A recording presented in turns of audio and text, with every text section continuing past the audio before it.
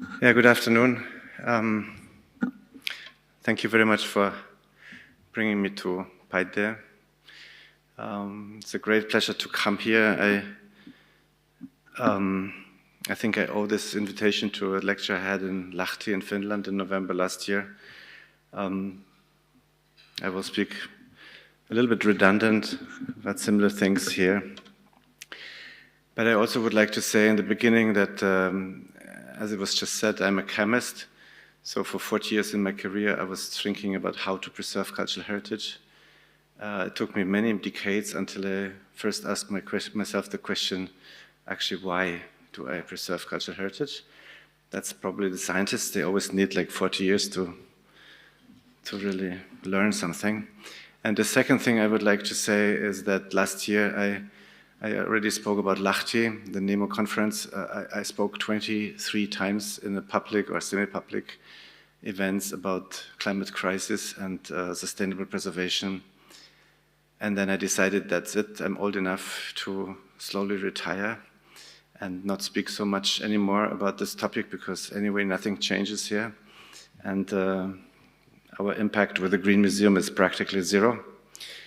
But when I received this invitation to Estonia, I thought I'd make an exception. So actually, I want to tell you that on Saturday, I actually moved to Canada for another 10 months away from my National Museum in Berlin.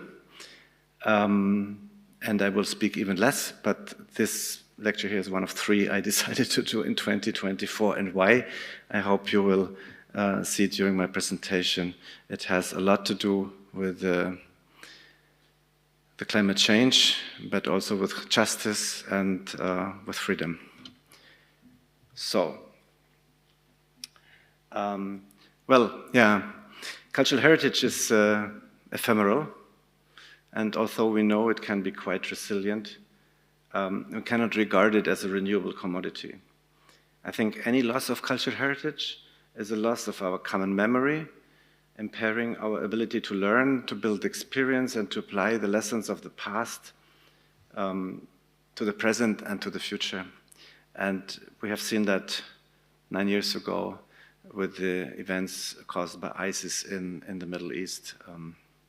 Actually, time when I was working at Yale University and traveling to Syria was not really very easy from the US State Department. I was facing quite some criticism for doing that. The task of sustaining cultural heritage in the face of constant change often becomes subject to considerable tensions. I think there's no single and monolithic way of understanding cultural heritage, so approaches to its preservation must necessarily reflect the diversity of perspectives, perspectives which change continuously as a function of time and space. I'm showing this monument of the Lewis and Clark Memorial. That's an iconic expedition after the Louisiana Purchase in the United States. It's the northernmost point in Cut Bank, Montana.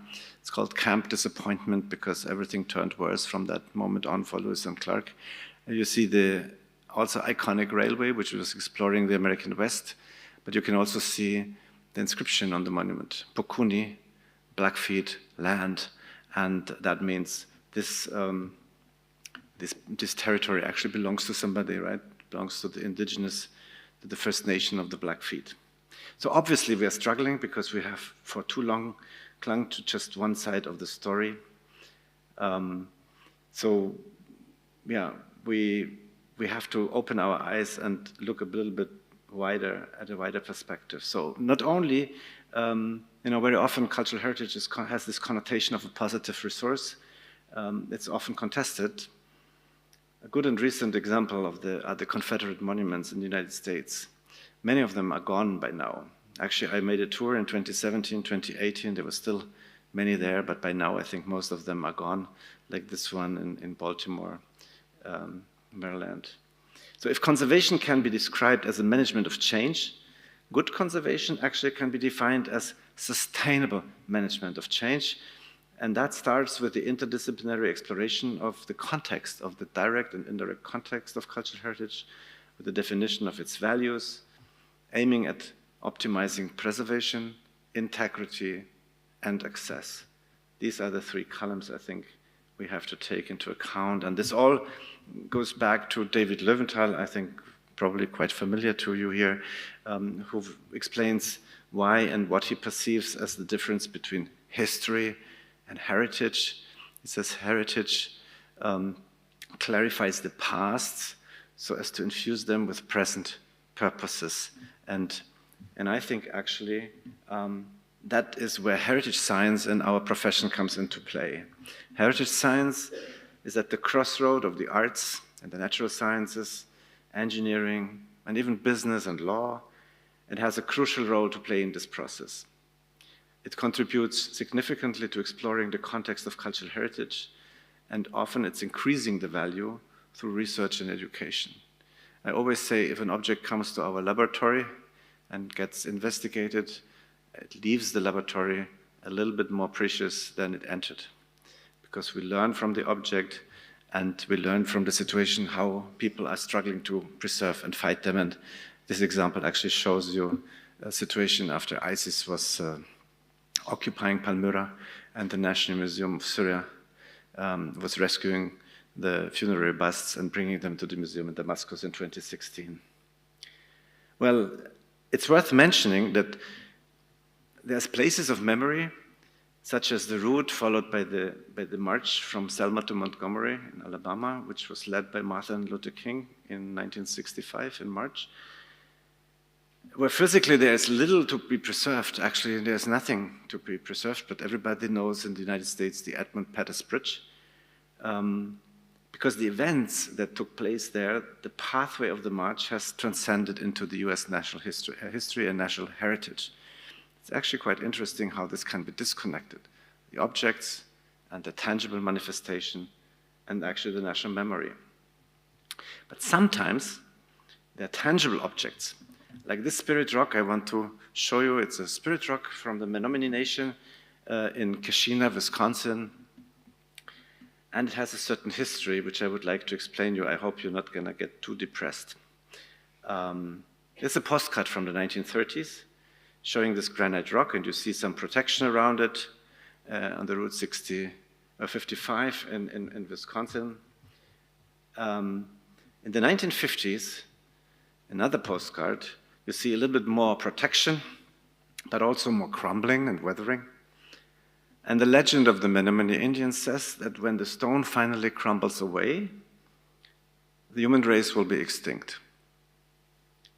So that made me curious, given my interest and my research in climate crisis and cultural heritage and issues of sustainability. So I decided to drive up all the way in 2017 from Madison to Keshena to check on the spirit rock.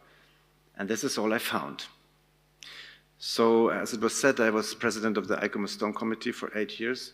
So my, preliminary guess is that we have left maybe 50 years, maybe 100, and then this stone will be gone. So my immediate reaction was, of course, I was angry towards the Menominee Indians, because I was thinking, how could they choose such a crappy stone for such an important question as the human race survival? They could have picked a better stone. There's plenty of granite, which is much better than this one. My second thought was, however, maybe they are wrong. Well, are they wrong? I think, first of all, in the museums and the cultural sectors, we must understand that climate crisis is real. It has begun in parts of the world, and it's claiming victims every day. I think sometimes I'm talking to museums and I think they think climate change happens on planet Mars, but that's not happening on planet Mars. This is in my home country of Bavaria, in Benedikt Beuern. There were literally all roofs destroyed after a 15 minutes hailstorm. Secondly, we must understand it's ourselves and nobody else who caused it, especially us in the global north. On the emission ranking, United States, China, Russia, Germany. Historically, Germany is on position 4 on how much carbon dioxide it has put into the atmosphere. This is how our Museum of Musical Instruments looked actually last summer when we had a severe rain event in Berlin. Third, we have to understand that climate crisis is unprecedented and it's a very serious threat to what we call civilization around the globe. And last but not least, it will change everything we are familiar with, and it will not stop at the doorstep of our museums. I think this is also an important lesson. Whether in Bavaria, this is the summer, June, we had our flood of the century in June, and like 4 months later, this is a picture from yesterday, we have the next flood of the century, and now a picture from Kłodzko in the south of Poland. Actually, 250 liters of rain for a square meter in 70 hours is like 30% of the annual amount of rain in that region. No wonder that they cannot cope with it. So the storms end of June 2023 in Berlin, they caused damage, especially water damage, in almost a dozen of our museums and institutes in the Prussian Cultural Heritage Foundation. So we should perhaps ask ourselves, and that's a question which I'm always asking, and I'm happy I can ask this also in Paide, Estonia now, what is worse for our museums? Climate activists or climate change? Once we understand, we can ask ourselves, what can we do in our museums?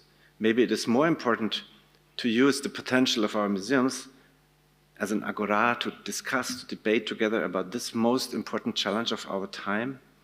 Maybe we should invite activists to come and talk with us and present their fears. You know, I don't know how the media are here. In Germany, it's like about climate terrorists and climate radicals. Only this week, it's a little bit not so loud and critical because we see in the news what happens in Austria, the Czech Republic, and Poland. But next week, we're going to see. First of all, I think we should bring the climate debate into our museums. And for example, at the Museum of Natural History in Berlin, the traces of the glue left behind by the activists are not really removed, but integrated into the exhibition. And you know, there's a panel, there's an explanation next to it, and so, well, this happened actually in our museum in Berlin. And I think this is not the worst way to deal with climate activists. Actually, I would like to continue. It cannot. Why this is not happening? Ah, yeah, yes, it's happening. Yes, it's happening. So hanging landscape or mounting landscape paintings at a certain angle to represent the temperature increase in degrees is also quite an interesting way to make people think, to make people start thinking here at the museum in Starnberg near Munich. The exhibition is called A Few Degrees More from last October. Not only museums have a problem.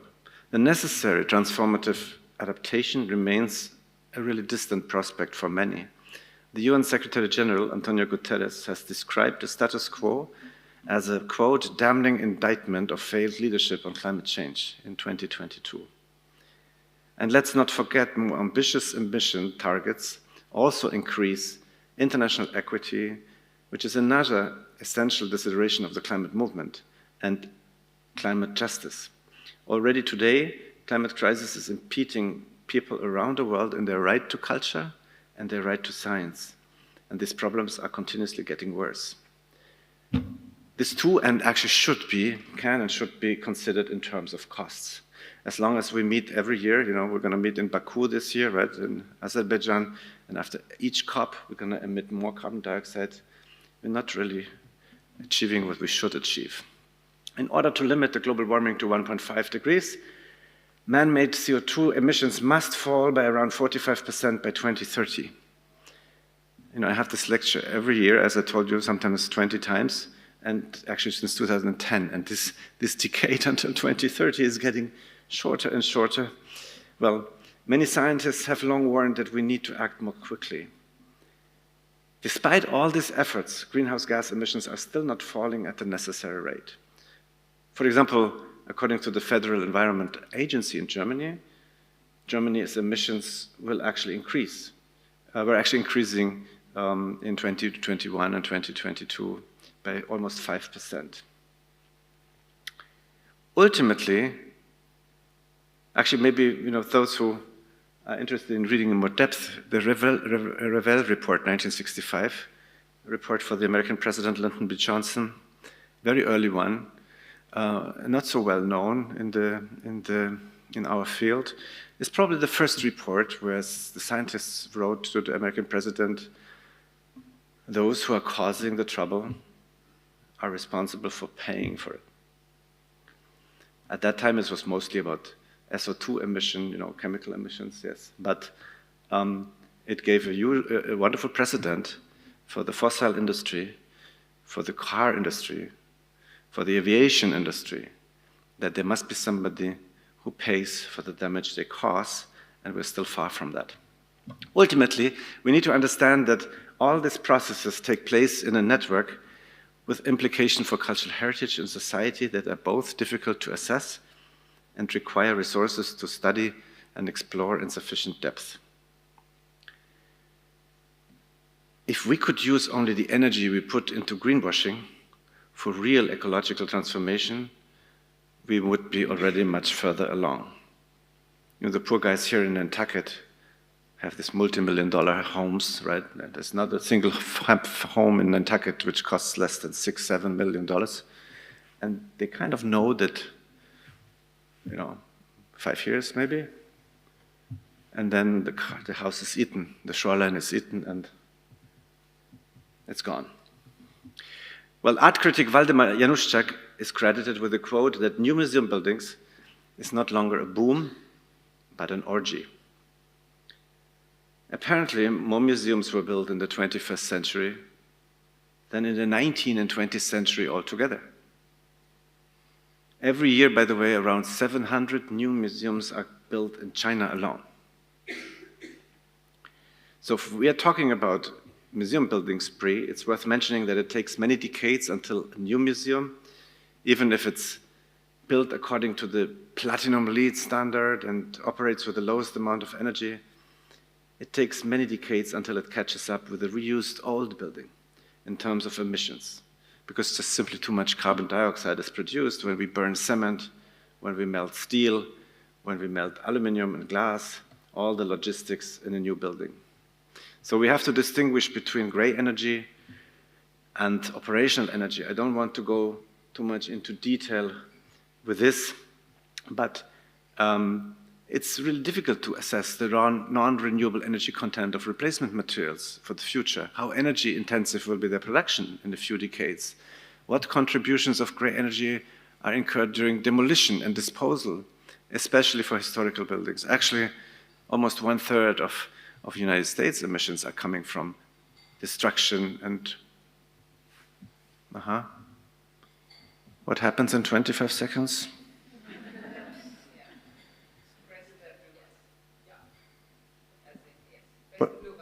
The blue button? Okay, good. Yeah, a little bit confused, but yeah, the operational energy with increasing lifetime, actually, the importance increases, but the energy efficiency goes up, so it also loses energy. So we have to operate in this field, how to assess the operational energy and the gray energy. Anyway,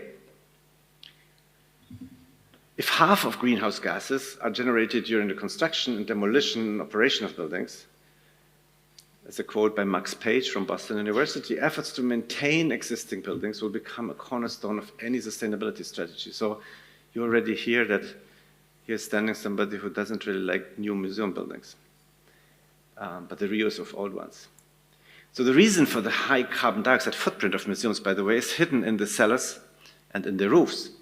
The complex way of air conditioning, traditionally based much more on what is technically feasible and much less on what conservation really needs. Let me only illustrate one particularly absurd feature of air conditioning technology in many museums. That's a study I did at Yale University with the Peabody Museum, Natural History Museum.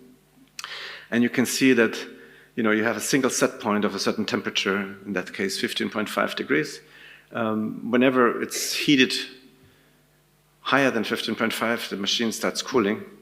Doesn't matter if we outside have minus 20 degrees Celsius, still cooling. And whenever we fall below, we're heating, and it doesn't matter if we have outside 35 degrees Celsius, we're still heating.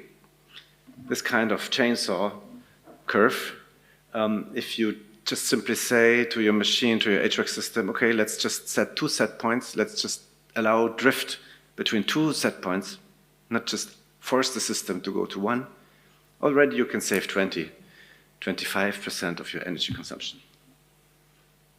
It should be done everywhere, but it's not done everywhere.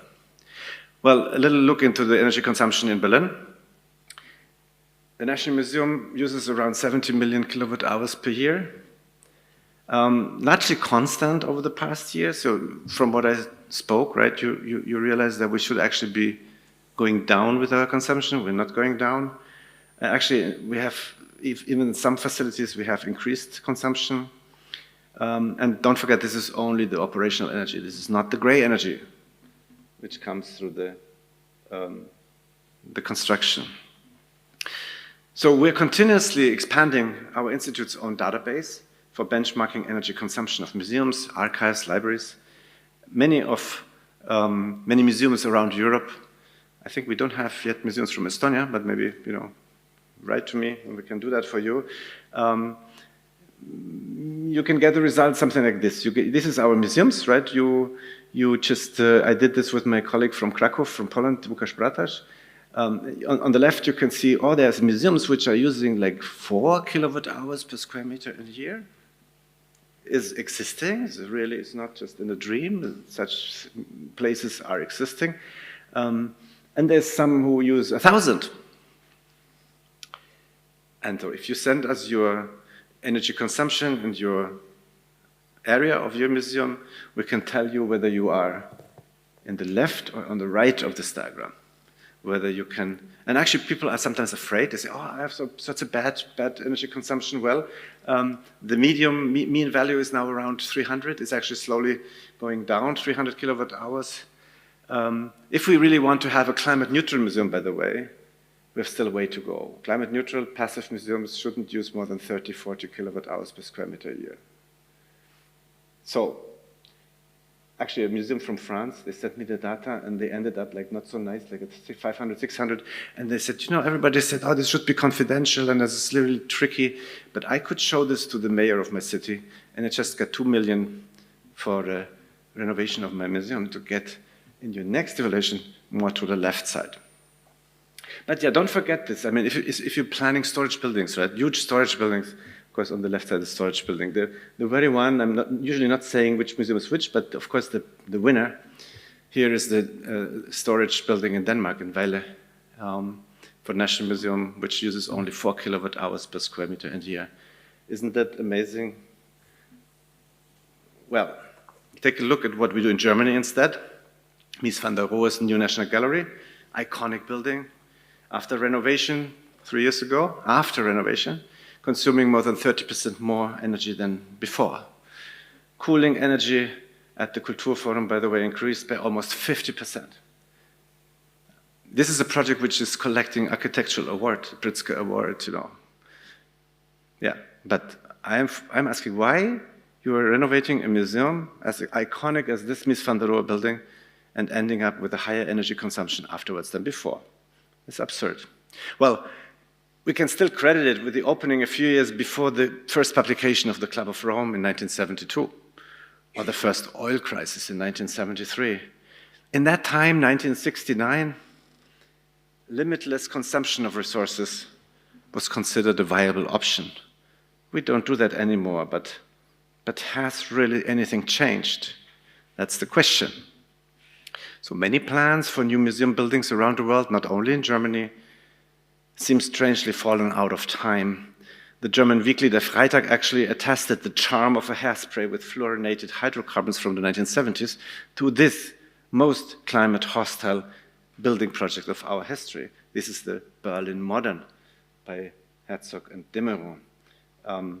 Definitely the most climate-hostile museum of all our history, and just February 9 this year, right, was just a ceremony to put the foundation stone. Again and again, when I look at the slowly progressing construction works, I ask myself about the logic of this failure. We know that we will not be able to operate this house. We just heard about sustainability issues with a lack of staff. We have the same in Germany. We don't have actually the staff to run more and more and more museums and more square meters. We know we will not be able to afford it. We just, in the energy crisis, which we closed on Monday, we just closed on Tuesday too, this year. So our museum, the National Museum of Germany, was closed, many of them, on Monday and on Tuesday. We hope to open the Tuesday on January, but we don't know how this will develop in the future. So I think really the best museum, the best new museum that can be built today for all the reasons discussed is the one you decide actually not to build. When in 1967 the new National Gallery is almost finished on the left, the construction work on the National Library just begins. It's on the right, in the center of the picture. And the Philharmonie, you know, Sharon's Philharmonie is behind, like, well, do I have something like this? No. Well, yes, here. Sharon's Philharmonie. This is the place of the National Library. There's still open fields, like where we have today our painting gallery, right? It's here. Here's the painting gallery, the Arts and Crafts Museum, the print and drawing, and the art library. The last piece of a green surface in the city center is now being filled with concrete. This one, for Berlin Modern. So we kind of know that we shouldn't have sealed this last field of green in the Berlin city center, but we still do it. What we notice instead, well, they're putting trees in flower pots, which are symbolic for our understanding of how the ecological transformation of museums goes. This is not going to work. Actually, the half of them were already toppled over in the last storm in June, just falling. Now they're secured, but yeah. I mean, what is clear is that the solution to the accelerating climate crisis cannot be found in the same unsustainable models that have put the planet in ever more acute danger in the recent decades and recent years. We're running from crisis to crisis in Berlin. We had a vandalism incident on October 3rd, the first day we opened after the Corona crisis. 70 objects were sprayed with an unknown liquid. It went through the New York Times and the world press.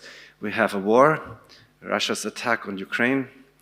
We have the activists gluing themselves to our paintings in August 22. We have the energy emergency, we can't pay the bills, and we have severe weather events. So we're running from climate crisis, from crisis to crisis. Here science comes into play. How can science assist us with better planning?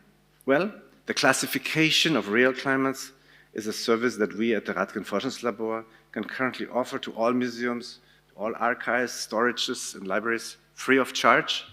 Send us your data. With pleasure, we do that also for you guys here in Estonia. What is this classification about?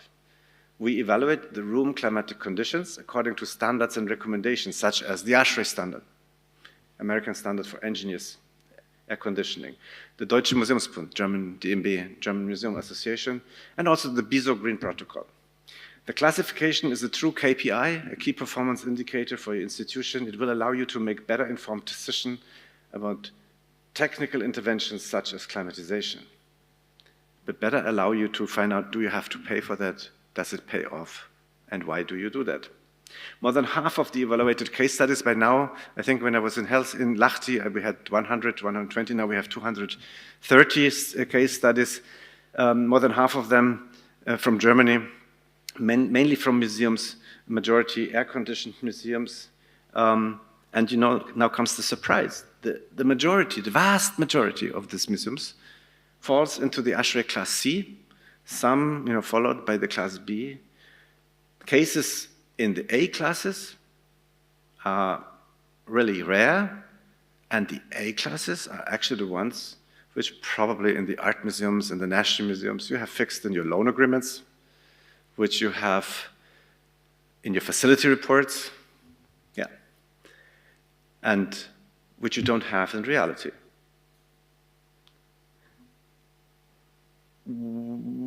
I said, people give us this data, and I'm not claiming that, to make this let's say, to how do you say, to blame, to blame museums for not having the conditions. But look, C, the class C is a museum which has from 25 to 75% RH, fluctuations, of the 10% fluctuation. It's very difficult to have in a museum of 5% RH fluctuation. It's so often written, I don't want to have more than 5% RH fluctuation per day. Do you know how many museums have that in their exposition rooms, 5% RH? In this 250, 240 case studies, maybe 10. It's really, really difficult to get that. Look at the Bizot. Less than 10% are really between 40 and 60% RH. Only 20% keep the fluctuations below 10%. Almost nobody keeps the fluctuation below 5%. But that's what is written, right? Written in the standards, written in the recommendation, written in the loan contract. So this is a clear and stunning discrepancy between the existing texts and recommendations and the reality in museums. In Germany, I don't know if you have followed this conversation about the widening of the climate corridors by the Deutsche Museumsbund in 2022. Many said, especially restorers, they said, it's now too wide, it's expanded, it's too wide. Well, the question is, it is hard to control climate within the corridors that are supposedly expanded too widely. What does this mean for us? How can we deal with this? And my conclusion is, first and foremost, we need to be honest and transparent. And let's look at our damage incidents. What is happening in our museums and how often? This is a statistic which I'm doing for the National Museum since 20 years. So what is happening? There's an increase in numbers of damage incidents over the recent years. Yes, responsible are probably insufficient maintenance efforts, the neglect of our building structures, coupled with, of course, better and better trained conservators and collection managers who are documenting these incidents much better than in the past. 2024, this is the last number. No, the year is not yet over, right? So let's see. But the trend is generally, it's slowly going up. What are the main damage factors? The main damage factors in our museums is water, liquid water. I showed you pictures from the incident of the 23rd of June, 23. In 12 of our museums, we had water coming through leaks. In my own institute, water came through closed windows. Actually, I didn't know that that's possible, that dozens of liters of water come through a closed window, but yes, it is possible.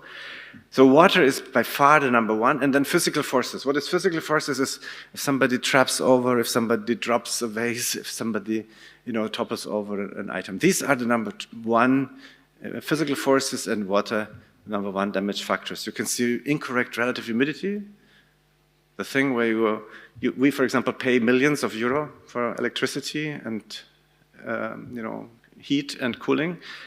It's only 5–6% in abundance. It's not so often happening as the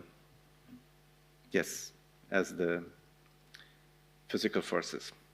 The Munich Re, which is one of the largest world insurers, actually is warning us about the impact of what? Of tornadoes in the future in Berlin.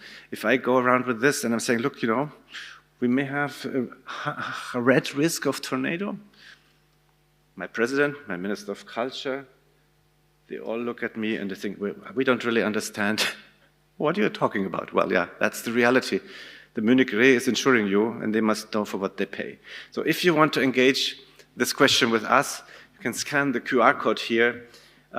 We need to be honest and transparent about our climate conditions, our energy consumption, participate in our benchmarking efforts like here.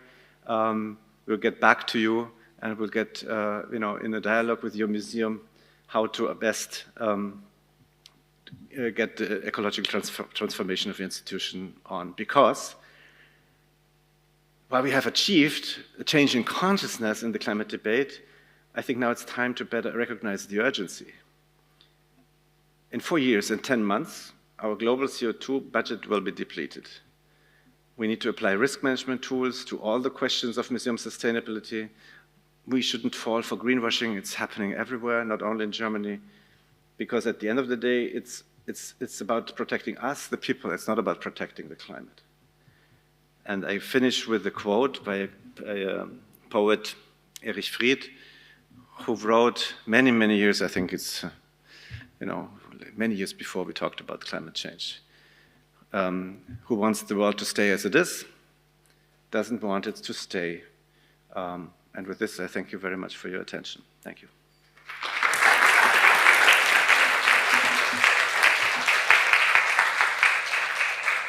Thank you very much. And now it's an excellent opportunity for the questions from the audience. I'm happy to hand over the microphone.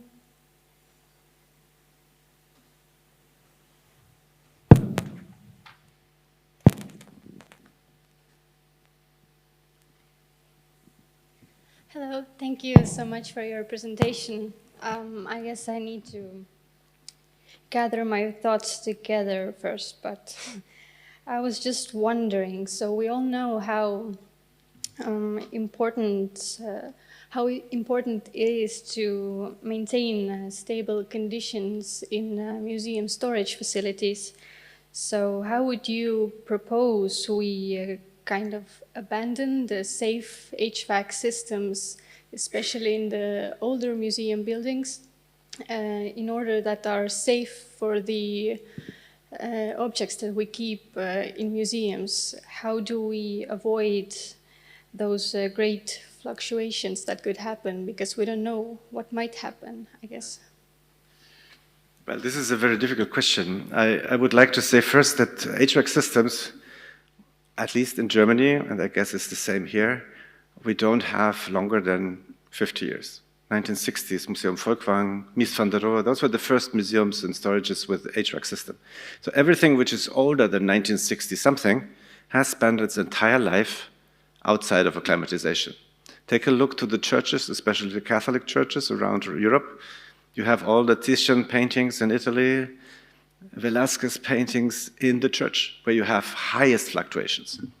So this is something we should first have in mind, right? The second, of course, there's still artifacts which need a climate control. I'm not saying that nothing. I say 95% of what we have in our collection can actually be stable under much larger climatic fluctuation than we think it can. And I'm also saying, of course, anything which is depending on climatization for the next 50, 100 years is not going to survive. Because I don't believe that we can use energy as much as we did in the last 50 years. Just to give you a last number, in Germany in 1971, Earth Overshoot Day was on December 29. This year it was on May 3rd. So you see that we are using our resources more and more. So if we want to say as conservators in the museum, yeah, we need climatization, we need 50% flat, we need to spend all the money exponentially actually growing. The tighter our range gets, the higher our costs get, exponentially.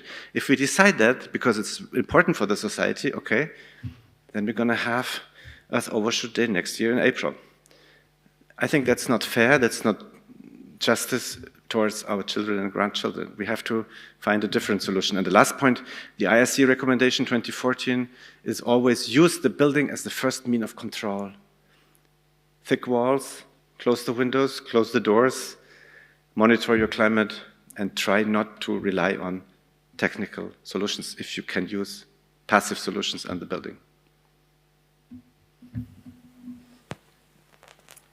One more question. Very much. These ideas we have heard, but in the museum exchange we depend on each other. So how do you have experience with so many projects and so many museums? So we need a critical sum of museums who will agree that our level of control is not actually needed for artworks or for other objects, or not so critical. But until there, how do you think, what is the amount of partners who will be in the boat to make changes? Because we all rely on others. You may know a facilities report, you have to maintain it. If you're not, you don't have exhibitions. Of course, we can say that we are not making exhibitions that are not sustainable, but if we don't think about that. Yeah, this is a very difficult question. I would love to give a more optimistic answer. I talk about this for now 15 years, and as you can see, there's not a single green museum in my country yet. So we are moving ahead, but we are moving ahead at a rather glacial pace, like really slow. My hope is with the big museums, like the BISO. The BISO said 40-60 is fine. This is already a corridor. If museums would say, yeah, we adapt to the BISO, we adapt to the recommendation of the German Museum Bund, 40-60. This is far away from the 55 or 50, around plus minus 5. This is already a step in the right direction. And the most encouraging news I read was recently from the UK, because in the UK, when they found that their government indemnity scheme has never paid for any damage related to the wrong climatization, they said, well, I think we should only ask for conditions which we can provide ourselves. This is really new, because people ask for 50, but they have like 30 to 70 in their own museum, right? So if we can get this, reverse this evidence a little bit, that a museum can only ask for what it's actually having itself, that's at least what I try to advise my Ministry of Culture with the climate classification, which we are offering for free for all the museums in Germany, that museums can say, yeah, I have this and this climate, but I'm not asking for my painting now to be in a better condition than it is in my own museum, because that is strictly actually unethical, I think. And I hope slowly we'll move in this direction. But you're right, we're all operating in this network, and especially the legal part, the loan agreements, is really tricky.